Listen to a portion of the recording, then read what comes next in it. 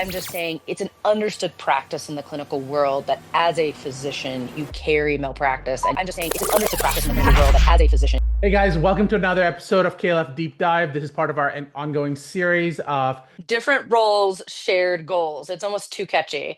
Edie, what's the topic for today? Malpractice and whether or not it should be a part of the overhead that your site is compensated for as a part of clinical trial ops. So what is your take, Edie?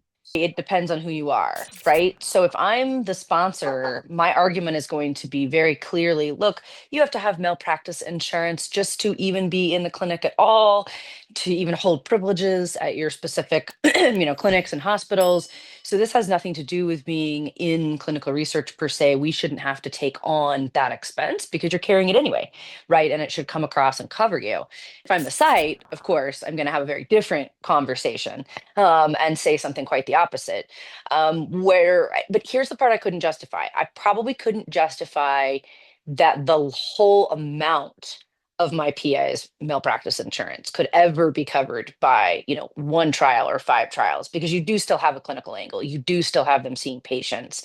You do still have non-clinical trial reasons. So even if I was going to argue it from the site perspective and say, yeah, overhead should be included, I'd have to do it at a fractional level. There'd have to be a percentage breakdown. What do you think?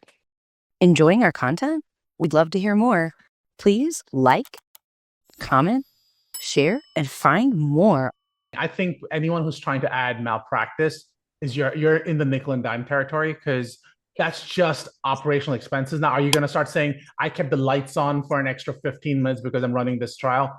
No, that's just part of doing business. At some point, you've got to absorb those costs. I rent this facility to do clinical research. Yeah, you couldn't go anywhere else. You'd have to do something. You'd have to rent a facility.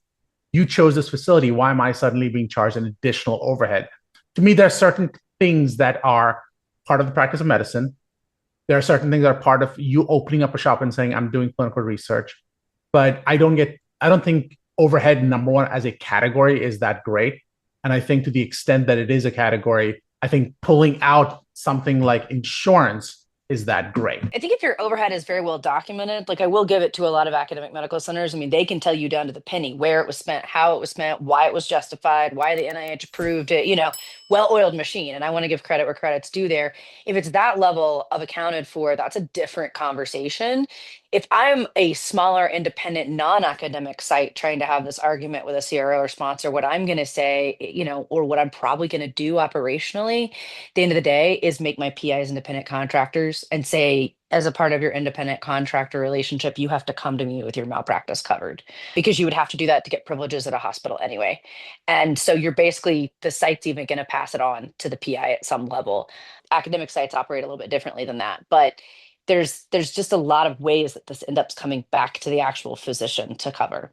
I would argue that would probably become more problematic because of the corporate practice of medicine, but that's a different discussion. So having a physician come in as an independent contractor would be more problematic. But we can explore that for a different discussion. This is why Edie and I always have these discussions, because we think that we're going to agree on something. I think it's the independent contractor thing that would send us down a rabbit hole, truly. Right. But and I'm not saying, oh, the way we've always done it's the right way. I'm just saying it's an understood practice in the clinical world that as a physician, you carry malpractice and you have to carry a certain limit to even play ball with privileges at any facility that you want to work for. So if that's already the set model ethically that is accepted and compliant, I think that's going to trickle over into research inevitably, and already has. Edie, how can they reach us if they have more questions? As always, LinkedIn, the website, kulkarnilawfirm.com, and of course our email, Edie or Darshan at kulkarnilawfirm.com. Call, click, or email